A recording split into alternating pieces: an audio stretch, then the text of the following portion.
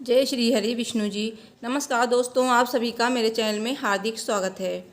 दोस्तों, आज हम जानेंगे मोहिनी एकादशी व्रत का पारण कब और कैसे करें, पारण का शुभ मुहूर्त क्या रहेगा और पारण के नियम। मोहिनी एकादशी व्रत वैशाख मास के शुक्ल पक्ष की एकादशी को किया जाता है और 2024 में मोहिनी एकादशी का व्रत 19 मई को किया गया है। मोहिनी भगवान विष्णु जी का एकमात्र स्त्री अवतार है जो उन्होंने समुद्र मंथन के बाद निकले अमृत कलश की रक्षा के लिए लिया था। मोहिनी एकादशी के अगले दिन पारण किया जाता है, यानी कि द्वादशी तिथि पे। और पारण के कुछ नियम होते हैं। तो एकादशी व्रत का पारण कभी भी सूर्योदय के पहले नहीं करना चाहिए। तो कभी कभी ऐसा होता है कि द्वादशी तिथि सूर्योदय के पहले ही समाप्त हो जाती है, तो ऐसे में भी एकादशी व्रत का पारण सूर्योदय के बाद ही करना चाहिए। दोस्तों, एकादशी के व्रत को समाप्त करने को पारण कहते हैं। एकादशी व्रत का पारण हमेशा अगले दिन किया जाता है और व्रत का पारण हमेशा द्वादशी तिथि समाप्त होने से पहले ही कर लेना चाहिए। तो इस बात का आप ध्यान रखें कि द्वादशी तिथि के अंदर ही आपको पारण करना चाहिए। अगर ऐसा नहीं कर पाए तो पाप लगता है। दोस्तों, एकादशी व्रत का पारण कभी भी हरिवासर में नहीं किया जाता है।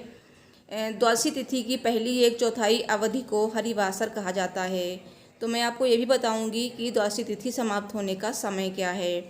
तो आइए जानते हैं कि एकादशी व्रत पारण का समय क्या है। मोहिनी एकादशी व्रत पारण का समय है 20 मई सुबह 5:28 से सुबह 8:12 तक। और पारण के दिन द्वादशी तिथि समाप्त होने का समय है दोपहर 3:58 तक। दोस्तों, एकादशी व्रत का पारण किसी भी मीठी चीज़ से कर सकते हैं। इसके लिए भगवान को जो भी आपने मिठाई का भोग लगाया है उससे भी आप पारण कर सकते हैं। पारण के भोजन में सेम की सब्जी खाने का भी विशेष महत्व माना गया है। और पारण के दौरान आप सूखे मेवे जैसे कि बादाम, पिस्ता, अखरोट और किशमिश भी खा सकते हैं। दूध से बनी मिठाई या चीज़ें एकादशी के व्रत में खाई जा सकती हैं। दोस्तों, एकादशी व्रत के पारण के बाद आपको कुछ ऐसी चीज़ें हैं जो नहीं खानी चाहिए और पारण कैसे करना चाहिए।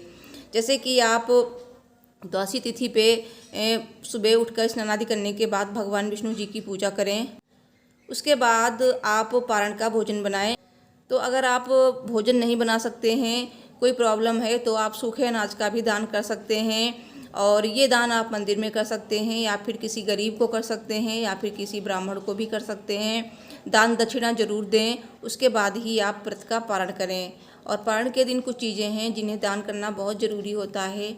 जैसे कि इस दिन आप ज़रूरतमंदों को उनकी ज़रूरत की चीज़ों को दान करें। और आप जल का भी दान कर सकते हैं। छाता, चप्पल और गुड़, चने की दाल, आटा, चावल, इन सब चीज़ों का दान किया जाता है।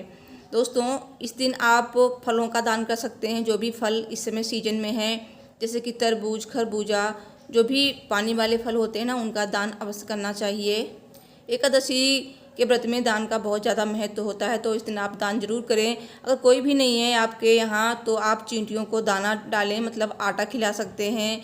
और कोई भी पक्षी अपने आपके घर में आते हैं तो उनके लिए एक पात्र में जल रखते हैं, थोड़ा सा अनाज रखते हैं, तो ऐसे भी दान किया जाता है। और ये आप पूरी गर्मी भी कर सकते हैं, क्योंकि आजकल गर्मियाँ बहुत हैं। तो आप छत पे इस तरह से अनाज और एक पात्र में पानी जरूर रखें। दोस्तों, एकादशी व्रत का पारण आप तुलसी पत्र खाकर भी कर सकते हैं, आंवला खाकर भी कर सकते हैं। और इस दिन आपको मतलब द्वादशी तिथि पे चावल जरूर खाने चाहिए। एकादशी के दिन चावल नहीं खाए जाते हैं, लेकिन द्वादशी तिथि पे चावल जरूर खाने चाहिए। पारण शुभ मुहूर्त में ही पारण करना चाहिए। और पारण के दिन आपको किसी भी तामसिक चीज़ का सेवन नहीं करना चाहिए, जैसे कि लहसुन, प्याज, मांस, मदिरा और मूली, बैंगन, मसूर की दाल, इन सब चीज़ों को खाने से बचना चाहिए।